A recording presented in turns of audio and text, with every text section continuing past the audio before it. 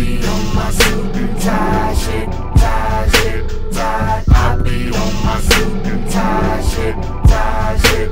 Can I show you a few things? A few things. Hello, scholars. Now I'd like to talk about radians. Specifically, let's answer the questions. What are radians? And also, how do you measure angles in radians? Alright, so to answer these questions, let's first look at a circle, and let's imagine an angle like this. Here's our angle. Alright, now what I want you to look at is this little chunk of the circumference. Alright, now as the angle grows, you can see that this little piece of the circumference gets larger and larger as the angle grows. Alright, now this little piece of the circumference is called arc length. It's just a fancy word that means some piece of the circumference. Alright, so just looking at this, I bet you can see that as the angle increases, the arc length increases too. So the whole point of radians is to measure an angle based upon how much of the circumference we've traveled around the circle. Okay, so how do we measure the distance that we've traveled around the circumference? Here's how we're going to do it. We're going to use the length of the radius of the circle to help us out. So let's just say that this circle has a radius of 2. Alright, now let's say that we have an angle that's about this big.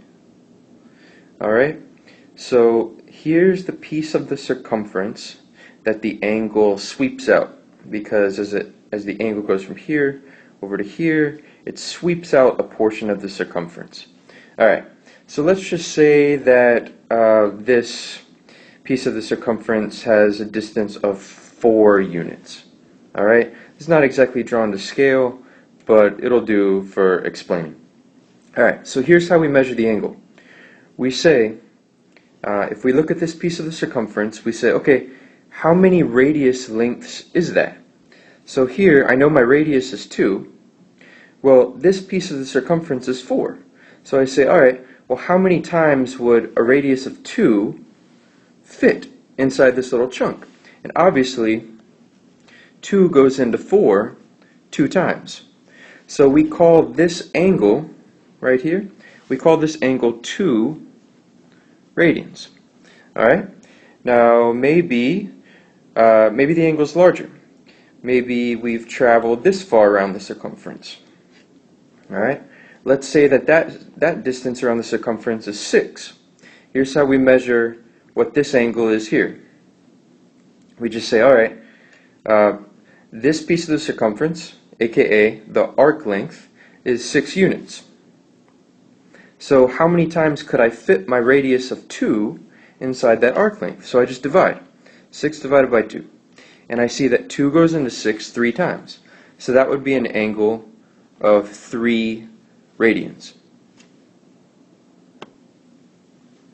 Okay, so in general, an angle measured in radians is just equal to the length of the arc divided by the length of the radius. And again, all that means is how many times can the radius fit inside this arc length. So let's just do a problem for fun using these ideas. Alright, let's say that we have a monkey and he's swinging on a vine in the jungle. And let's say that this vine is, I don't know, 50 feet. Alright, so as this monkey swings, he's going to sweep out some arc length. Alright, so he ends up over here. Vine ends up over here.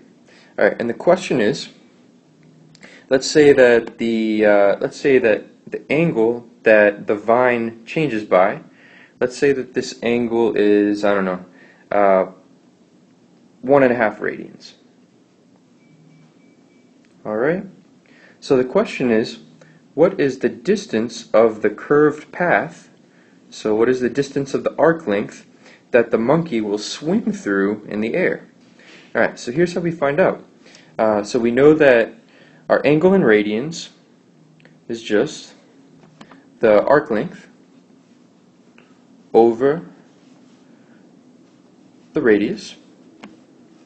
Alright, so we can solve for the arc length. So we know that the radius is 50 feet, and we know that he swings through 1.5 radians. That just means that there's 150 and another 0.5 of 50 here on the arc length. So when it swings through 1 radian, that just means that he swings through 50 feet. And then remember, this is 1.5 radians, so there's also another 25 feet there. So you can see that in total, the monkey's going to swing 75 feet through the air. Another way to do that calculation would just be to say, okay, I've got 50 feet, and I'm covering 1.5 times 50 feet in my arc there, so I just multiply 50 by 1.5. You get the same thing, it's 75. Or if you like using this equation, you can do that too, but I think it's almost easier in problems like this just to think about it. But if you want to do this, you could say, okay, my angle is just 1.5 radians. The arc length, I don't know, so let me just call it x. And the radius, I do know, it's 50 feet. So there you have an equation, and I can just solve for x. You can see that we'll just need to multiply both sides by 50, okay, to isolate the x. But look, we're doing the same math as we just did, and the same math that we just did in our head when we found this out. Alright, so again, it's just 50 times 1.5, 75 feet. Alright, let's do another quick problem, and this time we're going to know the radius, and we're going to know the arc length, and we want to find actually what is the angle. In this case, the angle between two sides of a piece of pizza. Alright, so here we go. We see that the radius is 8, and we see that the arc length is 4. So again, the angle just means how many of these radius lengths of 8 inches can fit inside an arc length of 4. Well, here, obviously, it's not a whole number. So if you want to know how many times can 8 fit into 4, you just divide 4 by 8. And you can see that 8 will go into 4 1/2 of the time. So this angle is just 1/2 radians.